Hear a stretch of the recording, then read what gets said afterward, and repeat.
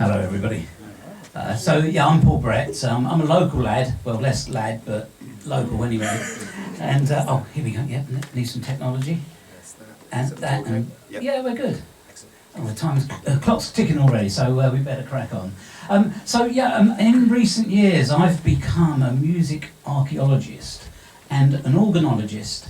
I had no idea what those two things are, but I had to look them up, and that's what people call me these days. And the reason is this guitar here. And I'm going to tell you the story of the secret mad guitar. Now, okay, let me play celebrity squares with you here. We're going to go back to the 1920s because this starts at the very beginning of the origins of the electric guitar. This chap, Paul Barth, is very, very important, but he's been undiscovered and unknown for many, many years. If you think back to when the electric guitar was designed and put together in the 1920s, 1930s, you usually think of Adolf Rickenbacker, because that's the company that kind of started it all. All right? But this chap, Paul Barth, was instrumental, excuse the pun, in designing it all. So, here's Paul. He was his father, Martin, was an immigrant from Hungary to the USA, to California. And his mother, Irma, came from a very famous family called the De Prayer family. They are the family that invented and put together the resonator guitars. I don't know if you've ever seen those big silver guitars like a lap steel. If you think of Dire Straits and you think of Mark Knopfler's album, you'll see there's one with on the cover and everything. Romeo and Juliet is very famous for that particular guitar. Well, anyway, it was the De Prayer family that, with a chap called George Beecham, invented the resonator guitar before the electric came about. Okay, but it was Paul Barth and his buddy George Beecham that worked together to create the very first electric pickup. All right, and they came up with this thing here. This is called the Rickenbacker frying pan. So this is the original electric guitar, the first one ever made. All right. Okay, so the important thing was this piece of equipment here called the horseshoe pickup. And a guy, a Royal Navy guy called Watson, put together the body. He was an odious character, he was a bit punchy and not a pleasant man, but anyway, he helped put the design, the parts together to create that first guitar. So it was known as the Rickenbacker frying pan, but the important thing about the story of this secret guitar I'm going to tell you about is that Paul Barth, later on in life, went into partnership with a guy called Ted Peckles. Here's Ted, okay. Now we're talking the 1960s here, all right. And that's it, there we go. Okay, so here we go. We've got Ted Peckles and Paul Barth in Riverside, California in the 1960s. Now Ted ran a music store which was called the House of Note on Magnolia in Riverside, very popular place. And his other passion was racing cars, so he had cars out the back of the shop and guitars and instruments out the front of the shop. But these two guys got together and created a company called Bartell of California. Paul Barth, Ted Peckles, Bartell. That's my wife that pointed that out to me. I didn't realise at the time, but there we go. So they had started off this company. They were friends with all the big name guys that had started off in the music industry. So they knew Leo Fender, they knew Les Paul. Les Paul was a regular dinner guest down at the Barth family home. Okay, so they were all working together in what I call the epicenter of the birth of the electric guitar in what they call the Inland Empire, as a region of California, in the 1930s through to the 1960s. So 1964, Bartell of California come about. Now one of their employees was this guy, Tom Mitchell. Interesting character. So here's Tom, sitting on the bench. I think this is a Bartell board meeting, where obviously working on the important issues of the day, smoking hash, drinking beer. And Tom had these crazy ideas. He's the first guy to ever develop a toilet seat bass guitar. Obviously had too much wacky that day. Okay. But here's Tom in more recent times. But back in the 60s, Tom came up with this other idea of making a fretless guitar.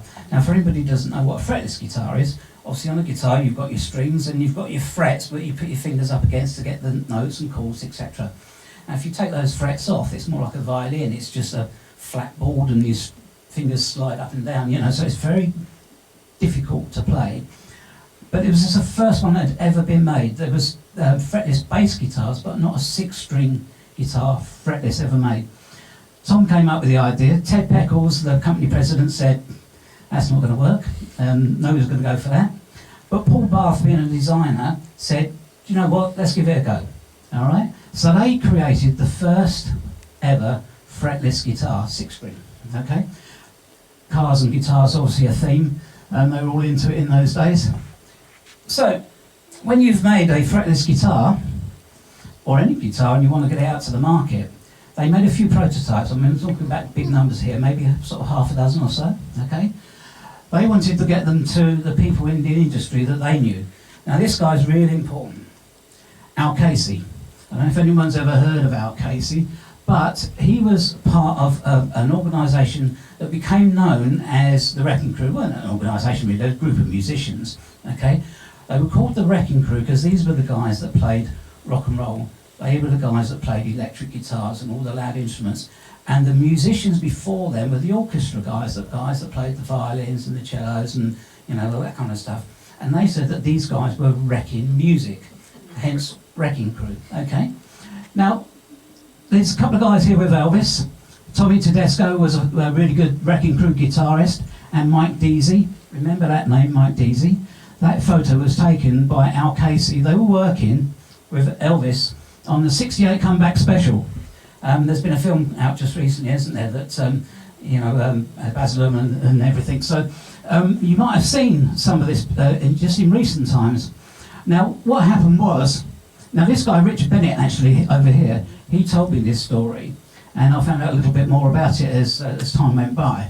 Richard Bennett is guitarist for Mark Knopfler and Neil Diamond. And if you remember Neil Diamond, you know the song Forever in Blue Jeans? Okay, Richard Bennett was the guy that wrote it with Neil, okay?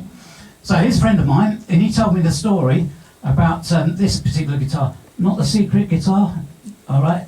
But what happened was Al Casey was asked by the producers, can we use your guitar for Elvis? Because it looks so great with his black levers and everything. So he lent him his Hagstrom guitar, which is a Swedish guitar, and he also lent him the amplifier that he had as well, which is called a Benson amplifier. Okay, Elvis played that. It's all the iconic images from the '68 comeback special. It was a comeback special because Elvis had spent the last 7 years filmmaking, basically, and had gone away really from live performances. So when he made that comeback and was going to come back into the live studio again, and with an audience, these guys were all the musicians that were playing for him. That particular guitar stayed with Al Casey afterwards. And I heard that in the 90s, he tried to sell the guitar. He wanted $450 for it, and he couldn't get it, okay? He sold it later on to another organisation. Don't know how much he sold it for, it was undisclosed, but it must have been a bit better than $450. Well, anyway, during the summer of 2020, it went up for auction, and that guitar went for $750,000. All right, so just because Elvis held on to it for a couple of hours, you know. Okay, that actual amplifier now belongs to Richard Bennett, and there it is there. Okay, so Richard has got the amplifier that used to belong to his mentor, Al Casey. Okay, so now Al's music room was on in Hollywood, in Vine Street, Hollywood, and mentioned Mike Deasy, who was that other guy you saw with the white tunic on. Now this guy, Mike Deasy, when Al received the fretless guitars from Bartel, he gave one to Mike Deasy to try it out because he was one of the best guitarists in Hollywood at the time. And here you can see Mike, there we go, there's the fretless guitar that he had in his collection. Okay, there's one of the resonator guitars I was talking to you about from the Dupre family. And this is another guitar made by Bartel of California. This became known as the Black Widow. Hendrix had one of these, and there's $1 million lawsuit over one of those. All right, so that's another story, but you can see what's in his collection here. Mike Deasy, he was in a studio in California on the 3rd of August 1967, recording with John Phillips. Do you remember the Mamas and Papas? Yeah, John Phillips was from the Mamas and Papas, and he was doing some recording with a chap called Mackenzie, and they were recording some stuff there. On that night, this entourage of people turned up, and during a break, one of the guys came down and he was talking to Mike Deasy about this new fretless guitar. He'd never seen one before. Well, Mike didn't know who that guy was. He spent about half an hour talking to him. Anyway, at the end of the evening, he disappeared. They finished off their recording and off they went home. Now, a little side story about Mike is a couple of years later. You can see in 1969, he was sent up to Charles Manson's mansion. You remember Charles Manson and the Sharon Tate murders? Yeah. So the record company executives said to Mike Deasy, "Can you go out and check out this guy who wants to be a rock star and see what you make of him?" Well, anyway, I mean, the drugs and everything going on up there, it was crazy. And he fled after 3 days, managed to escape, overwhelmed by LSD, as it says here. And it completely changed Mike's life. He turned to God and he ran away from all the drugs and became a preacher. Okay? Now, one important key fact to remember about Manson is that he became obsessed later with one of the Beatles songs called Helter Skelter. So just hold that in your mind because that's important to the story as well.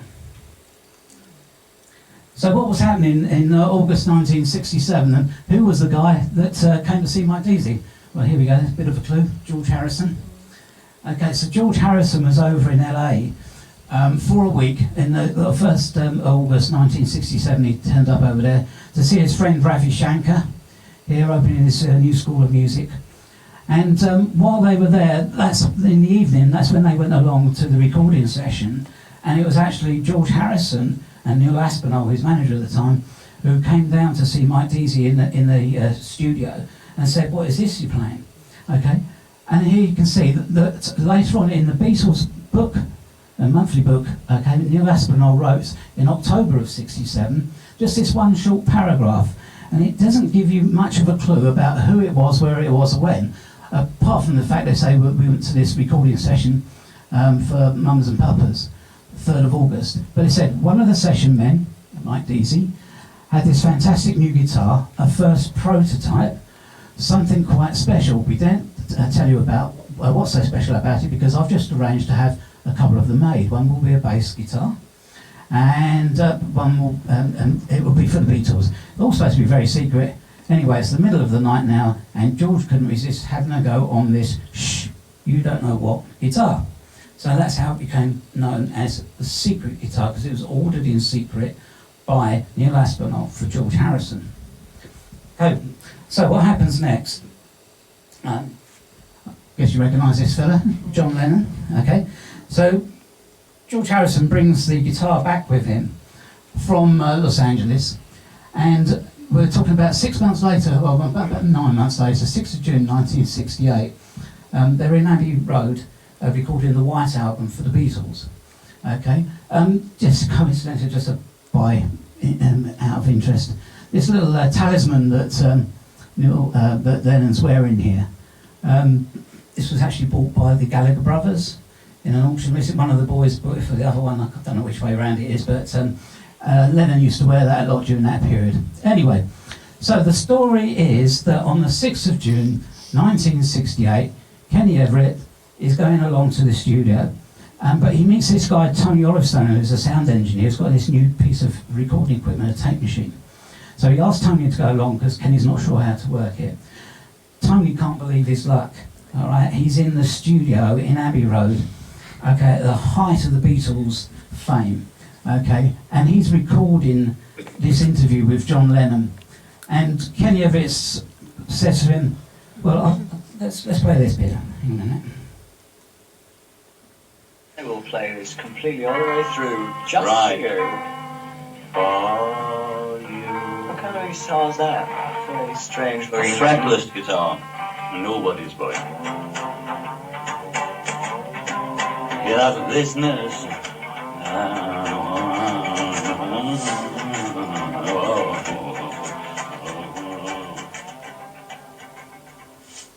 Okay, so that was the original prototype, the very first one that Bartel made with John Lennon in Abbey Road, 1968. George Harrison found it really difficult to play, and so did John actually, but that George actually called it the mad guitar. So, secret mad guitar, yeah? Okay. So that was 1968. The question is, no one ever knew about this guitar. It's not written down anywhere. Nobody recorded anything about it. It's not written in any of the history books by all the aficionados of the Beatles. And we have since discovered, since 2019, so this is really, really recent. There we go. If you look at the White Album, there's a couple of tracks on there that it's definitely used on. Happiness is a Warm Gun is one of them. But you remember Helter Skelter, Charles Manson, who was intrigued by it? Okay. It was used on Helter Skelter for sure. Okay. You can hear it on the White Album, on the original track. They made a longer track that it was definitely heard on. But we think, but we don't know for sure, that it was used on the longest recording the Beatles ever made, which was a 27-minute version of Helter Skelter that has never been released. So there's a chance that if it is released, I'm 100% certain it will be, because they were using that guitar on that track, that you will hear the Bartel Fretless on the longest recording the Beatles ever made. So George Harrison, when the Beatles split up, took the guitar back to his home in Friar Park, Henley-upon-Thames. There's the Fretless just there. Out of interest, here's a resonator from the Dupree family that Paul Buff and the Duprees were involved with. The Rickenbacker, there's another one here, Dobro. Okay, so half the guitars in that collection, a few others as well, were actually made by one extended family, the Dupree and Buff families. So how long did George have this guitar for? What happened to it? Well, we know in 1973, there's a place called Tin Pan Alley in London where they used to service guitars, Top Gear musical instruments. Okay, one of the guys there remembers that guitar coming through with a bunch of other Beatles guitars, and he could never understand why nobody ever knew anything about it, because he was convinced he knew about the Beatles fretless guitar, but everybody denied it. Anyway, along comes this guy, Ray Russell. He's working for George Harrison as a recording session player.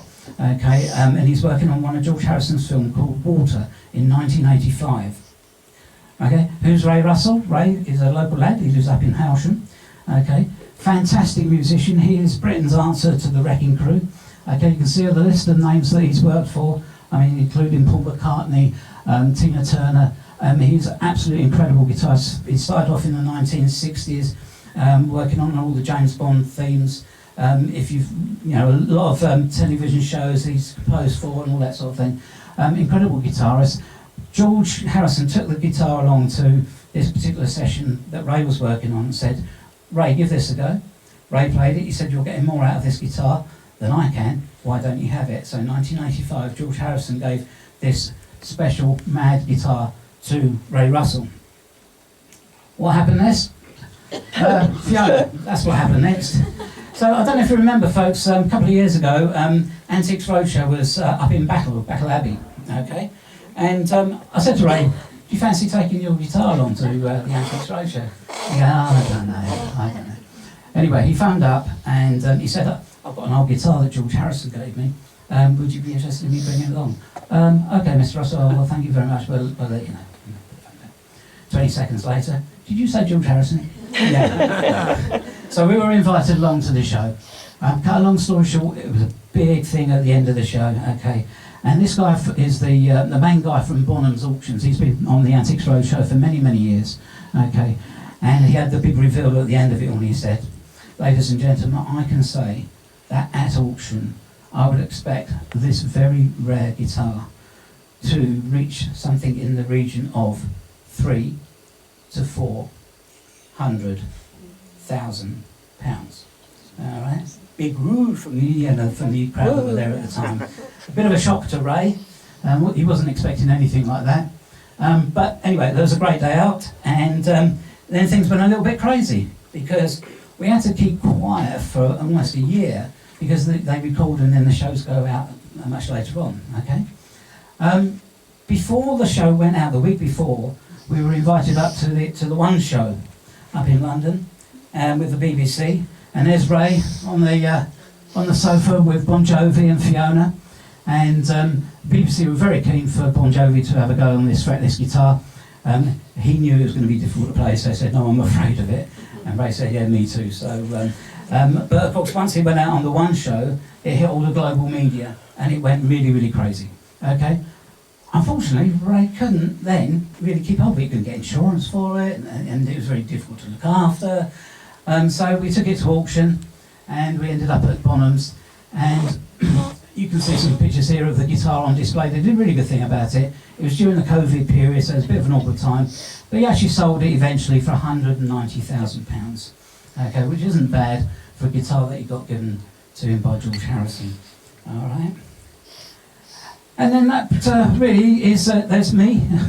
I got involved with it. I did all the research because it was Ray putting on Facebook that he had this guitar that pricked my interest. And I ended up writing the book Finding Fretless, the story of George Harrison's Mad Guitar. And that's how, by accident, somehow I became a music archaeologist and organologist. Thank you.